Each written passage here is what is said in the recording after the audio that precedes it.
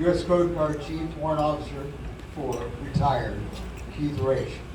Over 36 years experience as a deck, navigation, and watch officer positions, most classes of Coast Guard vessels, including 10 years aboard the Coast Guard cutter Eagle, 5 years aboard the Polar Star, and 2 command tours of a 160-foot marine construction vessel, the Coast Guard cutter Saginaw, which I believe you retired from in Mobile Yes, sir.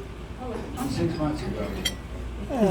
Depends on who's calling me at 2 While in the morning. assigned to the Coast Guard Academy and aboard the Coast Guard cutter Eagle, he served both as a classroom assistant and instructor for programs involving leadership, navigation, rules of the road, safety at sea operations, maintenance, and administration of all aspects of Coast Guard missions. He served as department head on 3 vessels, responsible for administrative functions of the department, including all personnel functions, development, discipline, administration, and discharge of crew. He retired with over 30 years of sea duty, including 21 years continuous afloat, earning the designation of Old Song, indicating the most sea time of any member of the U.S. Coast Guard service. His decorations include Antarctica Service Medal with 2 Bronze Stars, Bicentennial Unit Commendation Ribbon, Arctic Service Medal with 4 Bronze Stars, Achievement Medal, 1 Gold Star, Commendation Medal with 4 Gold Stars, Meritorious Team. It goes on and on and on. This guy's got more metal on his uniform I've ever seen in my entire life. It's my pleasure, really. I can't remember us having a Coast Guard ghostie. I'm not sure if that's So, are you having a bush going to come here? Not yet. anyways, I can't remember. I think we'll probably. He's getting ready to bolt. I'm going. He wants his cake and he's Keith gone. Raish.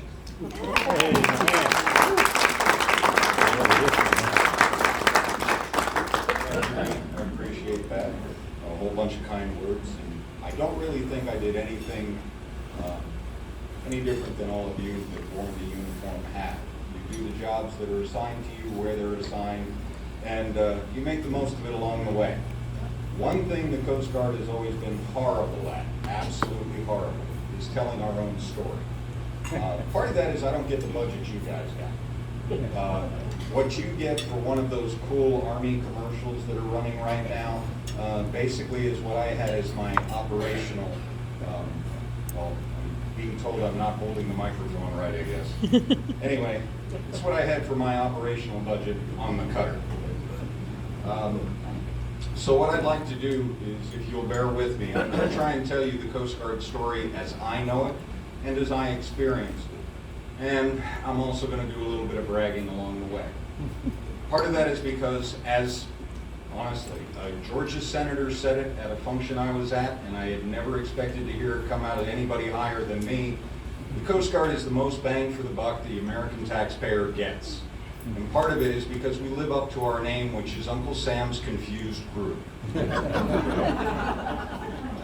The Coast Guard began in 1790, courtesy of Alexander Hamilton, and it was mostly because we're Americans. We don't like paying for things, least of all taxes. So the new nation was trying to figure out how it was going to continue to generate revenue through tariffs and all the other functions, and it just wasn't working out. So we had to come up with the equivalent of somebody to stop the pirates, and that was what Hamilton envisioned. It was 10 ships to begin with, and it's grown through the course of the years. So the revenue cutter service is where we grow our roots. And then we start trying to amalgamate and change as we go through it. There were various other organizations at the time. Some of them were actually the opposition. In the basis of the United States Lighthouse Service was formed because, sorry to do this, folks, but particularly down on this coast, people would set fires on the beach to lure the ships in to run them aground to get the cargo. So we decided to incentivize and go ahead and pay you to put the light where we wanted it so the ship didn't go aground. So that was the United States Lighthouse Service. Then there was the Life Saving Service. And we've got a variety of storage stations and rescue places, including Key Island up on the Carolina coast. And these are the guys that would go out in rowboats when a ship ended up on the reefs outside out here on Barrancas Shoals and so forth. And they would try and bring in at least the people and see how much of the cargo they bring with it. But primarily it was about the people. And we proceeded like this on and on all the way till 1915. Now, transportation, the Department of Transportation had the lighthouse service. Local agencies, communities, were the ones running the life-saving service. And then the revenue cutter service was federal.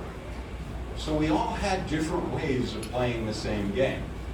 They came up with the idea for efficiency to go ahead and mash them all together. We moved the lighthouse service in, we moved the life-saving service in, and the modern-day Coast Guard was born in 1915. It's when we finally standardized it. If you go to Pensacola Lighthouse now, you'll find all the old lighthouse service memorabilia, the coffee cups and logos. The Surfman program changed, and it all became the United States Coast Guard. From there, we've continued on. One of the things that gets hidden about the Coast Guard, we have more battle remittance than any other service because it's been continuous. Sorry, Navy, we are the oldest continuous maritime service. For a brief period of time, as still happens, they discovered you cost too much. So they decommissioned the Navy, and the revenue cutter service continued. So that's why we're able to claim that statement. You were reconfigured in the War of 1812 and perpetuated on through it, so we beat you on that battle ribbon. Okay? So that's where it's at. As the confused grew, we also kind of became a dumping ground for a lot of the different programs the government would come up with. Initially, they decided, because boilers were coming online for steamships, they needed somebody to go ahead and manage those, to make sure they were being manufactured to a standard. Because a hot boiler and cold water don't mix very well, and there were a lot of tragedies, including several up in the Long Island Sound. So they had the Maritime Safety Commission established. They moved it to the United States Coast Guard. We are the second most powerful law enforcement agency the United States government has. The only difference is you got to be on the water. On the water, that Coast Guard boarding party, and it gets really interesting right about here because everybody from E5 and above is a federal law enforcement officer. They have the authority, even without probable cause, to take your boat down to the stringers if they have anything that indicates reason to do it for law enforcement, but only on the water. Customs is the one who is stronger, and they perpetuate anywhere you live in the United States. And we go around the world, which is one, again, World War II comes along, and actually a Coast Guardsman wrote a song of, we guard the coast, but nobody told us which one. In my career, I have been from Antarctica up into the Bering and the Chukchi and North Seas. I have been all over to Europe. I've been to Japan. My normal cliche line is, I have traveled everywhere you can by water in the northern hemisphere except the Mediterranean. For some reason, I managed to miss that. I guess that's because the Navy was in there. Anyway, so what do? There's a gentleman here from Fort Myers. Yours is the one portion of the Coast Guard I can't speak to, except for very short visits, and that is the small boat station. The small boat station, for the longest time, when I began, the recruiting poster was the Lifesavers, United States Coast Guard. And the picture was the guy coming out of the helicopter holding the little girl in his orange flight suit and so forth. By the way, the name of that helicopter was the Guardian, which is where Kevin Costner's movie name came from, the HH-52. That was the theme I came in on. I joined right as the Vietnam War was ending. As you know, we were changing from the draft to an all-volunteer force, and everything was changing. So here I am, guy fresh out of high school, jumping from job to job, trying to figure out how I'm going to make a life. I'm, partial Marines, you got a cool uniform. That was one of the things in my head. The Army, I was still thinking about that because they were talking about all kinds of cool things. Everything from your transportation side, where you have more boats than the Coast Guard ever did, to various other things. And unfortunately, the news showed something, I think it was out of Fort Bragg, where the soldiers were in the field training how to pick mites out of each other's hair, which reminded me of those National Geographic specials, and that just didn't interest me. So started thinking, okay, what's the Navy got? Well, the Navy's got the standard old thing, and it's 3 hots and a cot. You've always got that. And while I was sitting there in the hardware store debating about which recruiter I was going to go down to, a friend showed up and said, well, I'm going to go visit the recruiters tomorrow, and I was thinking about starting with the Coast Guard. Prior to this, I had worked some charter jobs on dive boats out in California, going to Catalina and the various islands out there, and I had had interactions with the Coast Guard, but back then, our boats were all white. There was nothing distinguishing about them. You really didn't think about them in the day-to-day. But I remembered those encounters, and off we went. That started it out. From there, I was sent to Coast Guard Training Center Alameda, and this began kind of a trend in my career for a while. Wherever I went, it went away. They sent me to Training Center Alameda. Shortly after I graduated, they decommissioned it and turned it into the office for the Pacific area. Before I got on the plane to go up there from down in Long Beach, California, I asked the recruiter, I said, what's the worst? Because I thought I was the guy with the plan. I was going to get the worst first, and then they couldn't send me back. He told me that the 2 worst stations in the Coast Guard were isolated duty Loran stations and icebreakers. So I took the worst. I took the isolated duty Loran station. If you go through the Aviation Museum, there's a video clip of a bombing mission on Minami Torishima, or as we refer to it, Marcus Island. 3/4 of a mile of coral rock. Highest point on it, not counting the Loran antenna, was 17 feet high. And that was immediately below the Loran antenna. And our job out there, well, I was a non-rate, so I did a whole bunch of dishes and waxed a whole bunch of floats. That's how I spent my time. There were a total of 35 of us on the island. On the other end of the island was a Japanese weather station contingent. We played softball on the weekends on the airfoil, and trust me, you did not want to slide into second base. The main thing that I found fascinating about it was the Japanese had prepared for us to come and take it away from them, and then we just went around it. MacArthur said it's not worth the effort. A couple of visits by pilots, thank you gentlemen. But I also found out how insidious and how dangerous warfare could be, because even when I was there in the 70s, the trenches that they had built to defend the island were still there. And about every 75 yards in the wall, which was made of coral rock, they had a landmine, and they were still there. So they watched the same John Wayne movies I did, I guess. If you're stepping on that wall to go over the trench, off you go, and all this coral rock would go. So yeah, as a kid, we had some fun things to do out there. I think I went fishing with an M16 on full auto at least twice. We played with empty oil drums and an M37 truck doing soccer. And the pets on the island were a dog and a cat, and the dog was John Cat, and the cat was Jane Dog. So, you know, you live with it. From there was the first time I learned to start to buck the system, because orders came in. I wasn't expecting it. They pretty much told us, when you get to the island, you're there for a year. Orders came in about 6 months into my tour to send me off to Quartermaster A School.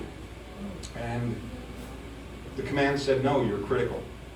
One of the first folks I met, a first-class petty officer, he turned to me and he said, Keith, you got to write a letter.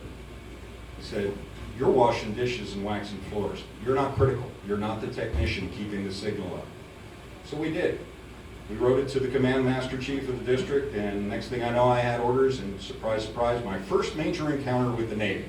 I was sent to Orlando, to the Naval Training Center for QM and Signalman A School. I had a great time. It's where I first learned to go sail and caught the bug down there. From there, I was blessed, and I got to go to an icebreaker.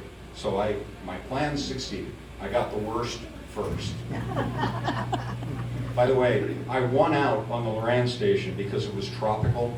I later in my career saw St. Paul Loran up in the Bering Sea. I definitely won the prize on that. When I got to my first ship, it was the Coast Guard Cutter Glacier. It had begun as WAGB-4 as part of the United States Navy. I felt an affinity for the boat right off because its keel was laid the same year mine was, 1956. And away we went.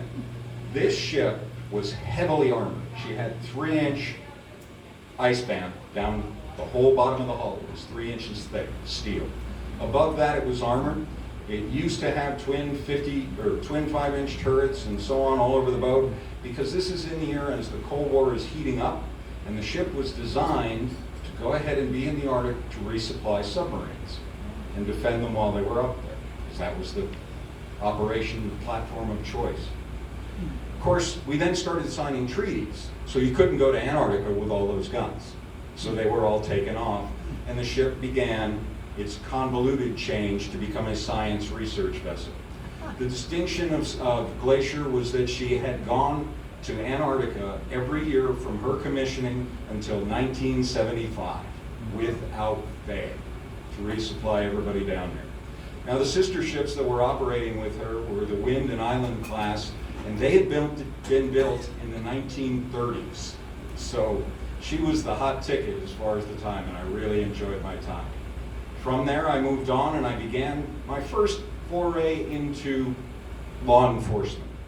I transferred ship to ship from Glacier over to the Venturous. Venturous's sister ship, the Resolute, she was my crosstown rival on the West Coast back when I was sailing her, is down here right now. So here's a picture, folks. This is how long the Coast Guard makes ships go.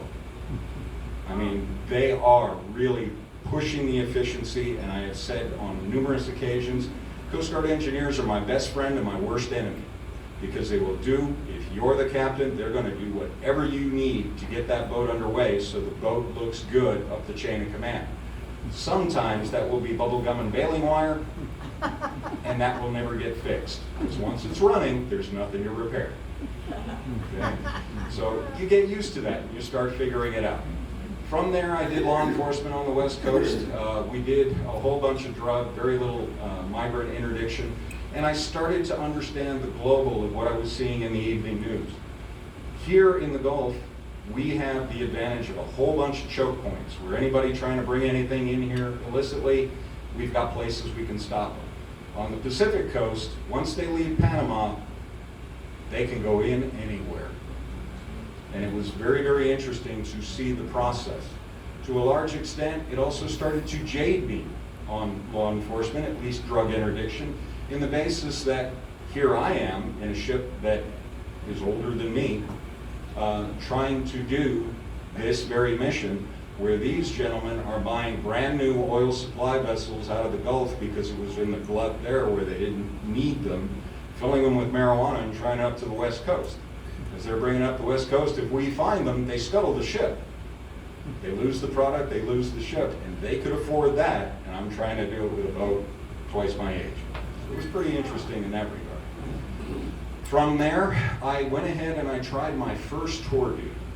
My first shore duty was Aids to Navigation Office, Long Beach, California, managing all of the aids, lighted and floating, along the west coast of the United States, from San Diego to just south of San Francisco. Here's where the service starts merging, and you start learning all kinds of different things. Would you ever think of getting on one of those toys that has the roller in it, where you stand and try and keep yourself upright and balanced, and then grab something 7,500 pounds off of the side that's floating on another one of those rollers, and try and move it together with nothing more than a boom and 2 wires? Because that's what aids to navigation maintenance was. It was also the first time I really got a grasp of the difference in the coast that we deal with. Because here in Florida, I came down for a vacation, and it was shortly after a hurricane. And folks told me, oh yeah, we had 12-foot seas. Well, that was what I encountered every day trying to chase these buoys. So it's entirely different worlds. And it's an impressive mission when you realize that the kid I'm sending to go ahead and hook that buoy, as I bring the ship in alongside it, he's 18, 19 years old, and literally I'm giving him the equivalent of a spear and saying, kill that thing. He's got to get a wire on it so I can get the hook into it so I can start changing all this process. And then at some point in the middle of that evolution, the weight that's holding that buoy in place, which is generally 10,000 to 20,000 pounds of concrete, is going to snatch up both the ship, the crane, and everything else. And now you start transiting all that. So it's very, very impressive when you get to see what's happened. Technology has made some of these jobs easier, but that's the aid to navigation side. I service lighthouses. Lighthouses in Alaska was where one of my other tours, I spent time up there.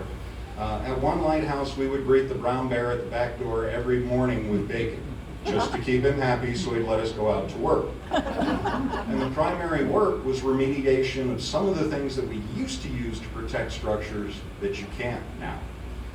In one of the lighthouses we had to work, Eldridge Island, which is now, believe it or not, a beautiful B&B that you can go stay at on your way up to Skagway. We removed enough lead paint that the EPA said, oh no, you can't bring that ashore. So it was quite interesting, and all of this is part of the experiences that you get to have in the Coast Guard. From that law enforcement job, I left and I went to a different ship. It was a 378-foot cutter. It was by the name of the Rush. They were the Secretary class. And this was as the Magnuson Act was coming online. Now, 378s were interesting ships. Our new ships are 420 feet, the National Security Cutter. But the 378 was supposed to be 420. Budget cuts, they shortened.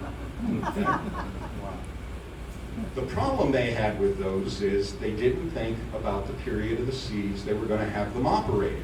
So shortly after they put them in commission, all of them were trying to break in two. So instead, up on the upper decks, we had a 4-inch wide rubber gasket that literally was to allow the ship to flex in the different sea states. And we made it work. With that ship, we began enforcing the Magnuson Act. We decided we needed the 200-mile limit to protect the fisheries in the Bering Sea and all around the United States. At that point in time, Korea, Japan, Russia, Mexico, even Chileans were up there. There were more foreign fishing vessels on our side of the line in the Bering than there were U.S.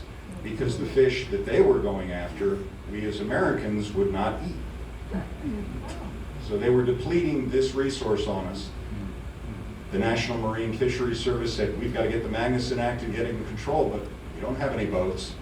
There you go, Uncle Sam's Confused Group, a new job. We took it on. And again, you learn different cultures of the world, you learn different experiences, and a factory fisheries vessel is incredible. They will send out their trawl. This trawl is going to be a mile deep and 600 feet wide, and it's just catching everything that it can. They bring it up, and they begin processing the minute that net hits the deck.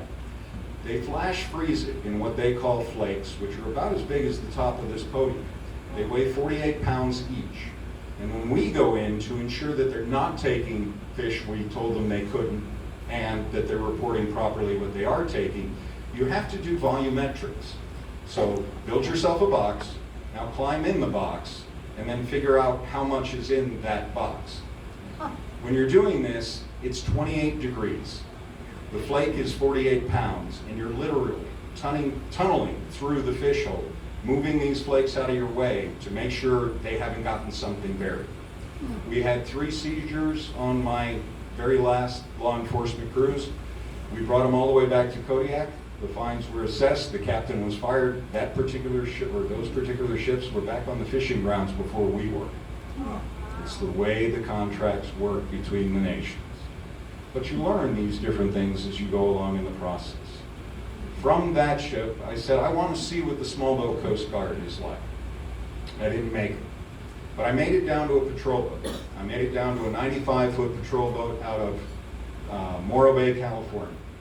And this was some of my longest hours doing law enforcement.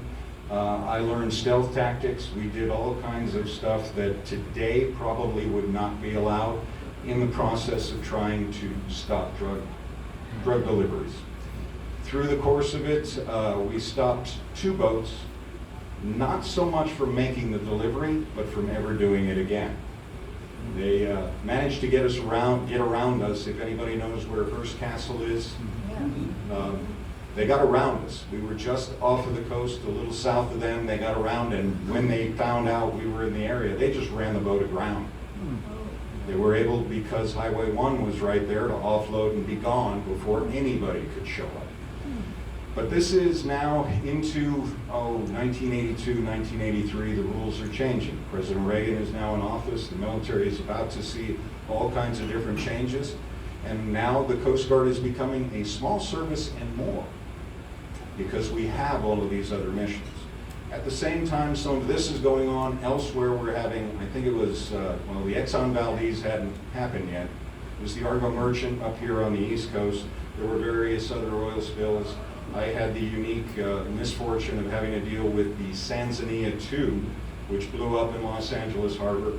And a harbor, you know, you do the best you can to control the oil, but when it's that much thick and you have to go through it to find the ship, it's pretty unnerving.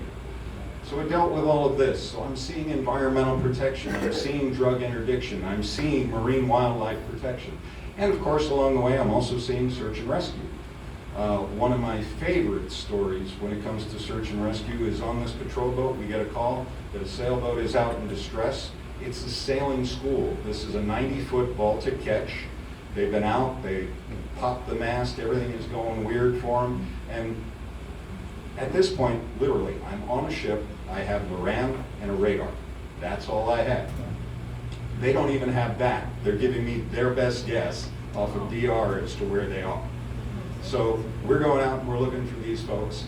We finally get close enough that we've got VHF radar or VHF radio to talk to them. We're not relaying through our shore station anymore. And we finally say, look, have you got anything metal you can hoist in a rig? And they said, sure, give us a few minutes.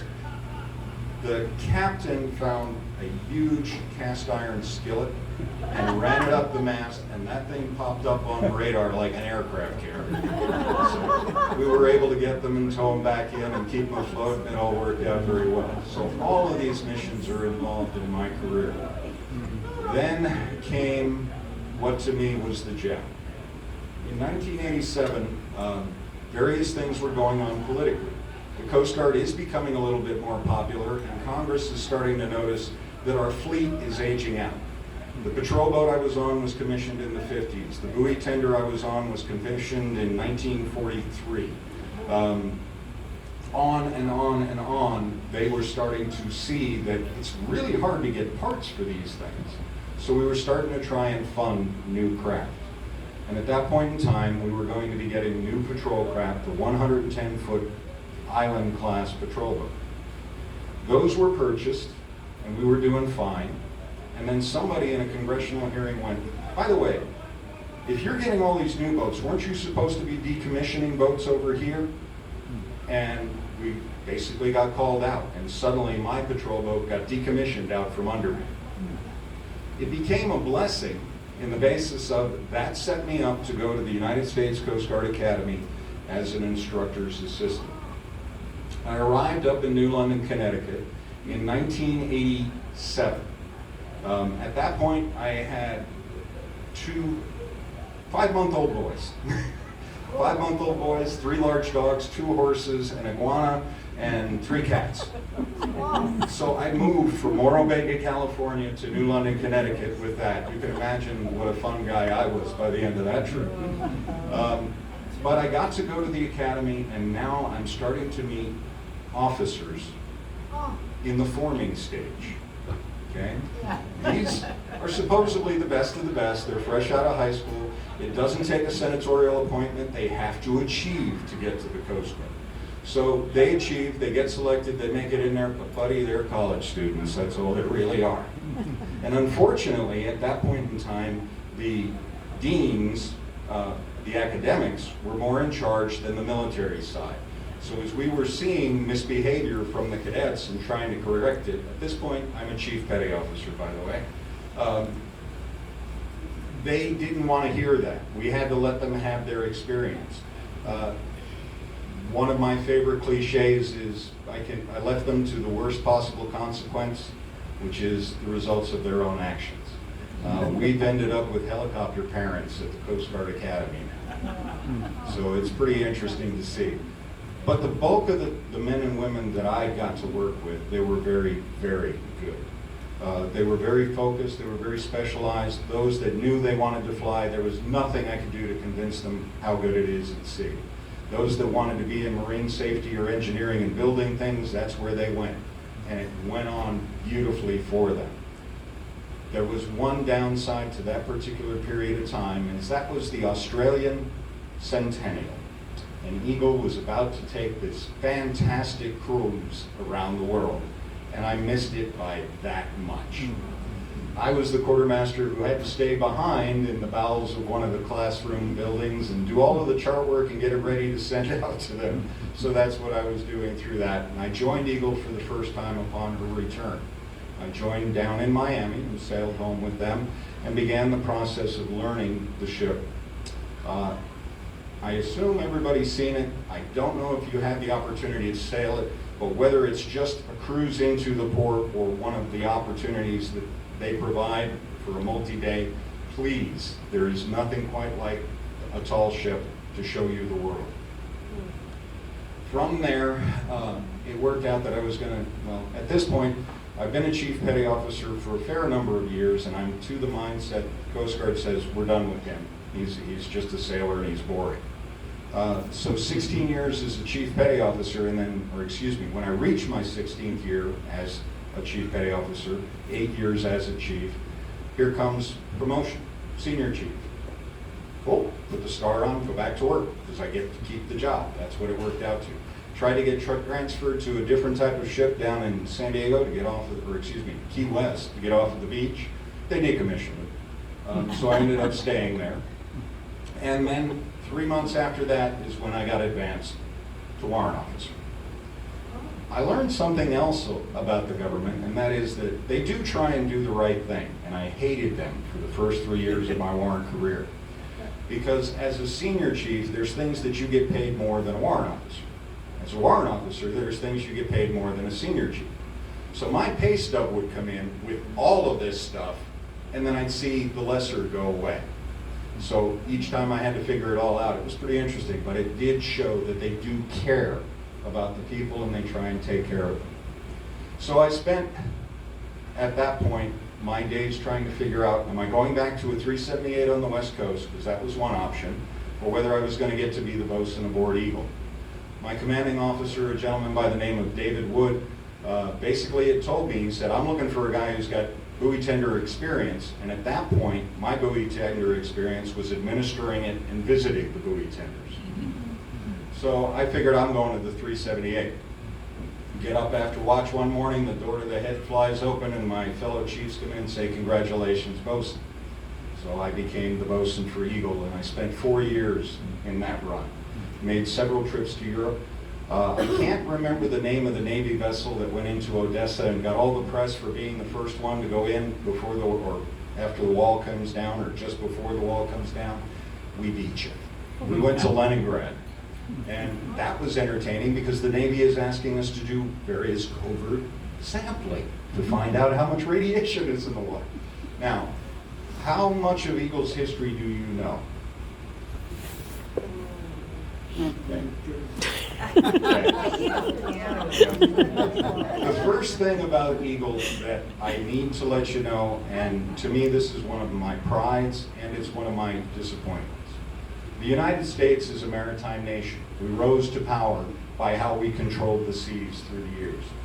But the big ships, the clippers, the windjammers, all those, there's no American ones left. All of the hulls that we have are foreign. Gorsch Falk is the German training ship. Horst Wessel is the one that was to become the Eagle. She is now the treasure of two nations. If Eagle makes a port call in Germany, you find people who knew her when they were wearing that other uniform, coming down with pride, with their photo albums, with their old logs, with all of their memorabilia from their days when they served the Kriegsmarine. It is truly impressive to see this. The story I was told is that Hitler supposedly turned to Blom and Voss, the shipyard that built her, and basically said, build me the best training vessel that you can, and they built 4 of those, the Gorschfalk, Horst Wessel, Albert Leo Schleyer, and one other, which I cannot remember the name of to save my life. 3 of them are still sailing under different names. So they did a pretty good job, and they are incredibly efficient at teaching people life at sea. So keep that in mind as you go forward. With that ship, we visited Leningrad, we visited France, I did the Le Voix de Liberté, the celebration of the D-Day 50-year celebration. I did the 500-year celebration for Columbus, and Eagle and the cadets, they are incredible ambassadors. People love to see it. We would put 10 to 30,000 people across the deck a day. From Eagle, I knew I was approaching the end, or at least I thought I was. So I asked, could I go back? You know, could I go back to that icebreaker? Could I go back to a icebreaker? The answer was no. They sent me to a buoy tender out of Sitka, Alaska. And in this particular ship, my opinion of the state of Alaska changed immensely. Because prior to that, every time I went to Alaska, we passed through the Bering Sea, and we got the crap beat out of us. It is just as bad as you see on Deadliest Catch, and worse. Okay? You mentioned you took a cruise on the Basswood. Basswood was our sister ship. We were on the Woodrush. The buoy tenders of the day, the 180-foot buoy tenders, and to a large extent the icebreakers, are shaped like a football. Throw a football into a jacuzzi, turn on all the jets and the bubbler, and you will have an idea of how those ships ride. Okay? So if you can imagine being up in the Gulf of Alaska or anywhere doing all that work, it gets very entertaining. From there, I did get lucky, and I did get to go back to the Polar class icebreaker. As it worked out, my ship is pretty much famous at the moment because it is the last true remaining polar icebreaker the United States has. 40 years old and still operating. It was being built when I was in boot camp. Okay? She took me all the way up where you start to see things that, as I've read further going on in life, they're hard to fathom. At one point, we truly believed that there was a whole nother continent up there if you could just get past that band of ice. But sailing in wooden ships couldn't do that. And a lot of lives were lost trying to prove it. But our ships can. We have the horsepower, we have the hulls, we have the capability, and we did. But when you get a pressure ridge, which is just ice, piling on top of ice, piling on top of ice, stacked higher than this room, you're not going anywhere. And one of the great virtues of that is it teaches you patience. Okay? I was on board that ship in 2000 when we went to Antarctica, and we were all, just like everybody else, worried what was going to happen to the computers that control everything when we kick over 00.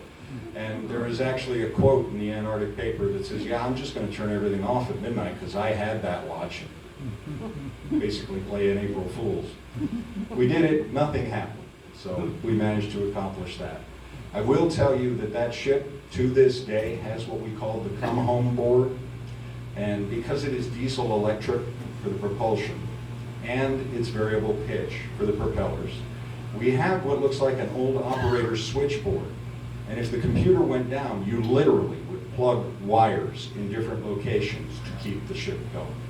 And this is the inventiveness of the coasties that you have working in uniform today. So it's a pretty impressive ship. She was decommissioned shortly after I left the ship. They felt that our sister, the Polar Sea, was in better shape, so they decommissioned it. When they went a couple more years down the line, they discovered that the Polar Sea, when it had been built by Lockheed, and by the way, in building these ships, we put 3 companies out of business. They misaligned one of the shafts by 4 inches. So it had slowly been working its way to destroy the hull. So they then had to rapidly put our Polar Star back together, and the Polar Sea still sits up there now as a floating parts store. Okay? From Polar Star, I got the distinction of coming down here to be the commanding officer of Saginaw. So here I am, a deep water sailor. I've been on all the big cutters, I've been on patrol boats, I've done law enforcement, I've done ice breaking, I've done the sailing ship. So the best place to send me is a boat that draws 4.5 feet and have me run in brown water.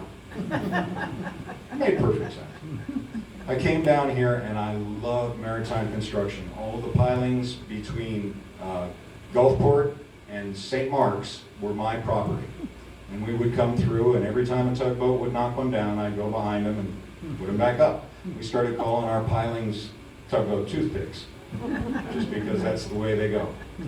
I was here through Ivan. I suffered through the experience of that when the ICW was closed down. I got one of the commendations was we got the ICW opened, and the coal that was fueling all of the power plants down here then kept moving. So we got a lot of good mileage out of that. And I was blessed enough to leave just prior to Katrina on my second tour in command. So I thought they would be pulling me back, but that was my last tour up to Eagle. Oh no, excuse me. I left, went to Eagle for my second tour there, and then I came back and finished out on Saginaw. So that's my history. So what can I tell you about the United States Coast Guard? We are Uncle Sam's confused group. In our lifespan, we have been in the Department of Treasury, the Department of Transportation, and we are now, under the new configuration following 9/11, under the Department of Homeland Security. We have worn many different labels. We've been the Smokies of the Sea when we were pushing law enforcement. We have been a small service and more. We have been the lifesavers. We have been, God, I can't remember what all the promotions are anymore. There were that many changes. But the main thing I do know is that they are an interesting service in the basis of, unlike the sister services, a kid graduates boot camp in Cape May, New Jersey, because mine's gone, they decommissioned it. And he's going to get sent out, or she is going to get sent out to a unit. They're going to have approximately 2 weeks to get their feet on the ground in the day-to-day routine at that station, or that ship, or that air station. And then they're going to get put into the job. If they achieve in those jobs, if they manage to avoid, and I know the other services used to do this, but rules have changed, then they get to go to a Class A school where they're going to learn the specialty that they will serve in the rest of their career. So if I will have a bosun's mate and I need him to understand the rigging of Eagle, or I need him to understand how the buoy tender crane works, he's going to learn that on the deck plates. That may mean running from a 9 by 35 foot buoy that weighs 5,000 pounds when it breaks free of the chains tying it down on the deck. Yes, I've seen it. I have lost shipmates off of the Oregon coast during fisheries law enforcement. We had a situation where a ship like these down here, 54 degrees over, and there were folks on deck. They didn't make it back. It is an incredible service, and they are a great group of folks. I will not ever take away from anyone in any other service, but I am very proud of mine and what we do. I wish we could gain greater recognition, or at least greater funding, so that they could get newer and better equipment. It's very slow, but it is coming about as people do start to see us. One other interesting story with regard to the Coast Guard. Remember that first Iraq War? It was a while back. CNN was a new thing. When Saddam Hussein did his thing and the U.S. was trying to figure its response, and again, the only reason I know this is I was blessed with some very good commanding officers who shared. There was a big powwow at the Joint Chiefs, and they were trying to figure out how they were going to go, how they were going to get there, what they would need, how much it would cost, and so forth. And the Air Force, you guys said whatever you said. I know you can get there, but you need a landing field, and then you need all the support structure, and there's got to be a golf course, and all the other stuff that goes with it. Okay? You said that, and that backed you up so many days. The Marines said, well, we need to get these ships back online because they're our amphibs, and that's our delivery process, and so on, and so on, and so on, and that pushed you back so many days. They went around the table, and the little guy in the light blue shirt in the corner, Admiral Loy, was asked, well, what can you guys do? And he said, I can have 15 patrol boats there in 45 days. And they went, what? And they did it. The island-class patrol boats were mobilized. They took one of the larger cutters to provide for underway replenishment, and they took off, and they were in the Gulf before any other folks were there. Ironically, they're still there. So, I appreciate your time. I'm happy to take questions, but like I said, I'm very proud. I do have to criticize you, Dean. Like I said, you're going to have to get new centerpieces because there's that other weird service now with the Star Trek logo. Gene, you take care of this, please? Hey, what kind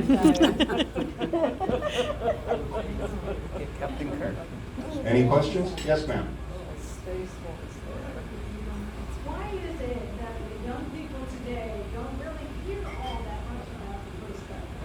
I sat on the Academy selection boards, and the Coast Guard always winds up being the default service for Academy applicants who didn't make the selection that they wanted. So why is it that we do not hear about the Coast Guard?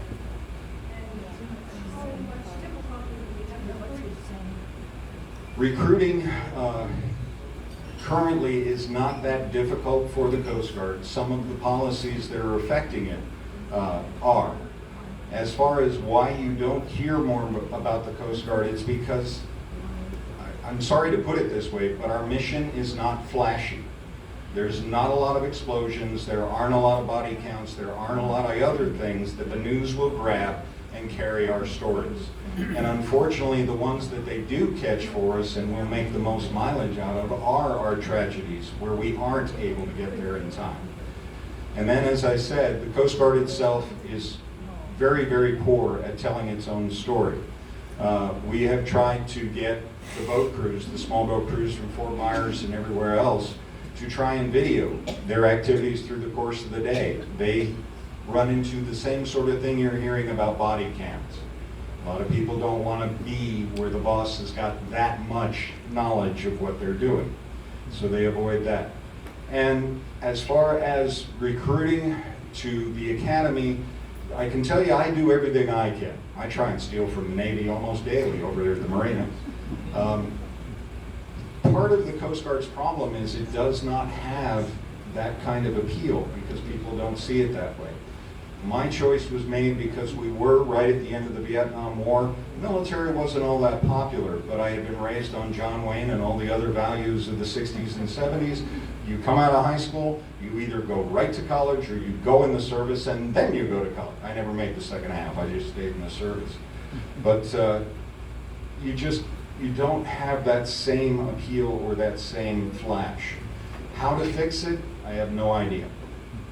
One of the others that I can tell you that the Coast Guard is struggling with to this day, John F. Kennedy, and I learned this at the Academy, I had never heard it before, during his inaugural parade, pulled the Commandant of the Coast Guard up to the podium with him and basically said, "What's different here?" And he looked out at the cadets that were in uniform marching in the parade, and every one of them looks like me. Coast Guard has had a huge problem with diversity, so that is where a lot of their focus is right now. Minorities, women, they are the primary folks we're looking to recruit. So that makes it more difficult for the young man who's coming in and saying, well, I really want to do this. If he doesn't align with what they're trying to bring in, it's harder to do. Sir? Did you work very much with the reservists in the Coast Guard? Do they integrate well? And then lastly, second part of the question is, you talked about your career in the past.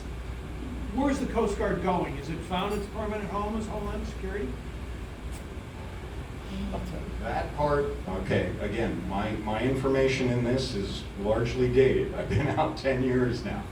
As far as working with the reservists, yes, I had outstanding experience with them as well as with the Coast Guard Auxiliary. Coast Guard Auxiliary, as I'm sure you all know, you're all civilians, you're volunteers, you have your own boat, and you support us in a lot of our search and rescue missions and boating safety.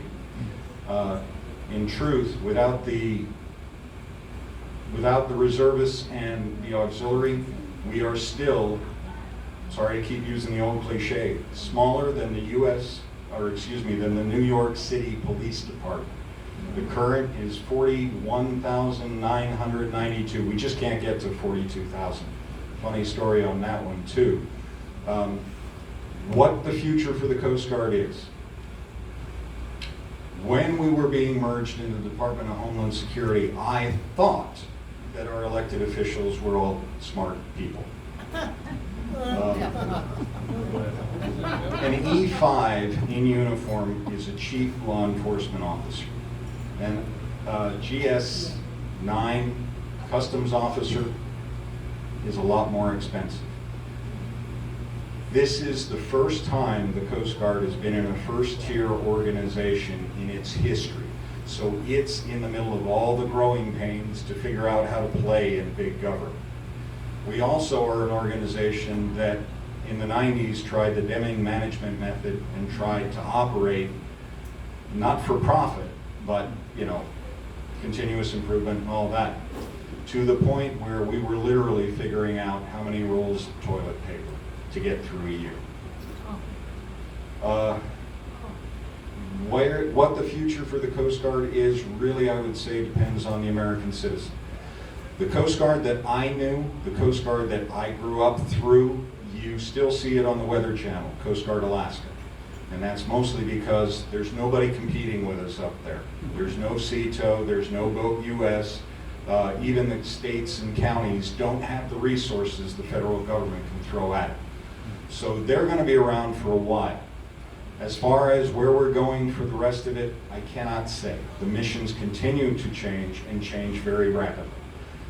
In a very short period of time, when we went from drug to migrant, we have gone from migrant back to drug and migrant. We are now also looking at what's going out as well as what's coming in. So, Thank you. Any more questions? yes, ma'am. Where is the Eagle located now? Right now, she is in New London, Connecticut. Generally, through the winter months, she'll relocate to the Coast Guard Yard in Curtis Bay, Maryland, to do the overhauls. But her home port is New London, Connecticut. We try, if the state, city, or anyone asks for her to come here, they prefer, just like all the other tall ships, they want to get in here in the shoulder seasons, right after those big storms show up, or right before. So. All right. Well, you heard it. Telling you, that was awesome.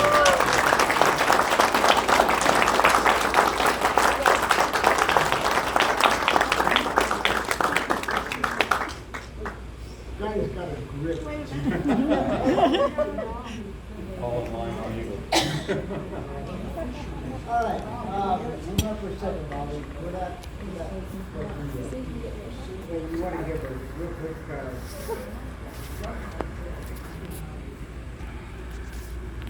Okay,